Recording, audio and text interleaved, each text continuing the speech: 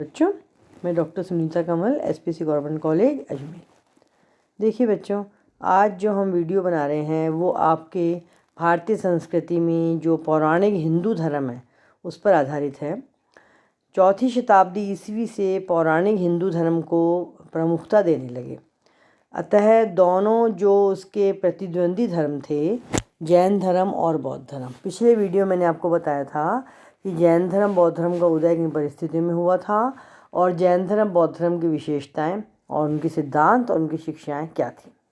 अब आप देखिए कि इस समय में 300 ईस्वी से 1200 ईस्वी के आसपास ये दोनों जो धर्म थे, जैन धर्म बौद्ध धर्म, समाप्त हो गए। इस काल में अधिकांश पुराणों की रचना हुई और उन्होंने पौराणिक हिंदू धर्म को लोकप्रिय बना दिया। इसीलिए इसे पौराणिक युग कहते हैं। अब इस पौराणिक युग की विशेषताएं क्या थीं?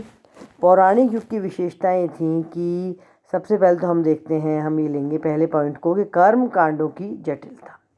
मौर्य सातवाहन काल में देवताओं की मूर्तियों की पूजा मंदिरों में प्रारंभ हो गई, किंतु उस समय पूजा की विधि बहुत ही सरल और सादगीपूर्ण थी। मूर्तियों को दिव्य शक्तियों का प्रतीक माना जाने लगा।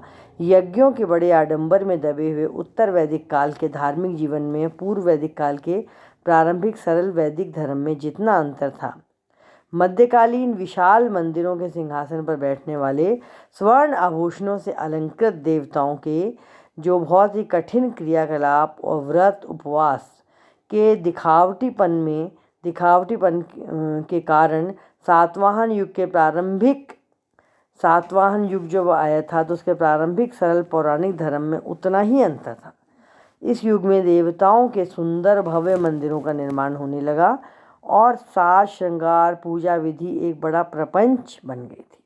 तो विद्यार्थियों, जो पौराणिक हिंदू धर्म था उसमें कर्म कांडों की जटिलता होने लगी और इसके अलावा बौद्ध धर्म का पतन होने पर महायान संप्रदाय में, मतलब बौद्ध धर्म के 2 भाग थे, हीनयान और महायान, तो दूसरे भाग में महायान संप्रदाय प्रारंभ हुआ।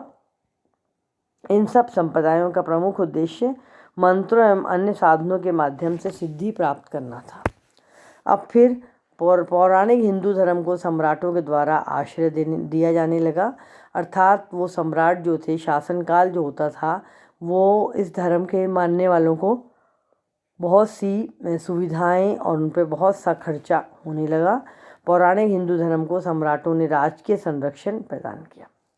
गुप्त सम्राट भागवत धर्म के अनुयायी थे, अतः उनके शासनकाल में वैष्णव धर्म का विशेष रूप से उत्कर्ष हुआ। अब इसके अलावा इस काल में समन्वयात्मक हिंदू धर्म का विकास हुआ। सातवाहन युग की समन्वयवादी लहर ने अनार्यों के देवताओं में वैदिक आर्यों के देवताओं की प्रतिष्ठा की। पुराणों ने ब्रह्मा, विष्णु और महेश 3 देवताओं की त्रिमूर्ति के रूप में प्रतिष्ठा स्थापित की। जैन धर्म और बौद्ध धर्म का पतन हुआ। जैन धर्म की पुराण प्रियता, रूढ़ि प्रेम और कट्टरता उनके पतन के कारण सिद्ध हुई। ये धर्म अपने में समय अनुकूल परिवर्तन नहीं कर पाया और शैव और वैष्णव धर्म ने अपने आकर्षक सिद्धांतों के कारण जनता में लोकप्रियता हासिल कर ली। तो कहा जाता है कि इसी प्रकार से पांड्य राजा सुंदर ने 8000 जैनों को हाथी पैरों तले कुचलवा दिया था। इन सभी कारणों से जैन धर्म बौद्ध धर्म जो था उनका उदय होने लगा। बौद्ध धर्म आंतरिक और बाहरी दोनों ही कारणों की वजह से पतन की ओर अग्रसर हुआ। आंतरिक कारणों में भिक्षुओं का विलासी जीवन, बौद्ध धर्म की जटिलता और बौद्ध धर्म में आपसी फूट, हिंदू धर्म का पुनरुद्धार। मतलब जो आप देखिए, आपको थोड़ा इतिहास में पीछे जाना पड़ेगा। वैदिक काल में जो उत्तर वैदिक काल था उसमें बुराइयां आ गई थी और इसीलिए जैन धर्म बौद्ध धर्म को उदय हुआ था। लेकिन फिर ऐसा आया कि हिंदू धर्म का पुनरुद्धार हुआ और बौद्ध धर्म जो था वो अपने पतन की तरफ जाने लगा। अंत में 12वीं शताब्दी के अंत में मुसलमानों ने जब बौद्ध मठों पर आक्रमण किया तो सभी बौद्ध भिक्षु तिब्बत की ओर भागकर चले गए। मतलब मुख्य कारण ये भी था बौद्ध धर्म के पतन होने का। मुसलमानों ने बौद्ध मठों पर आक्रमण किया और बौद्ध भिक्षु जो थे वो तिब्बत की ओर भागकर चले गए और इस प्रकार से वहीं पर बौद्ध धर्म जो है बहुत अधिक फला फूला और जैन धर्म फिर भी यहाँ पर चलता रहा। धन्यवाद।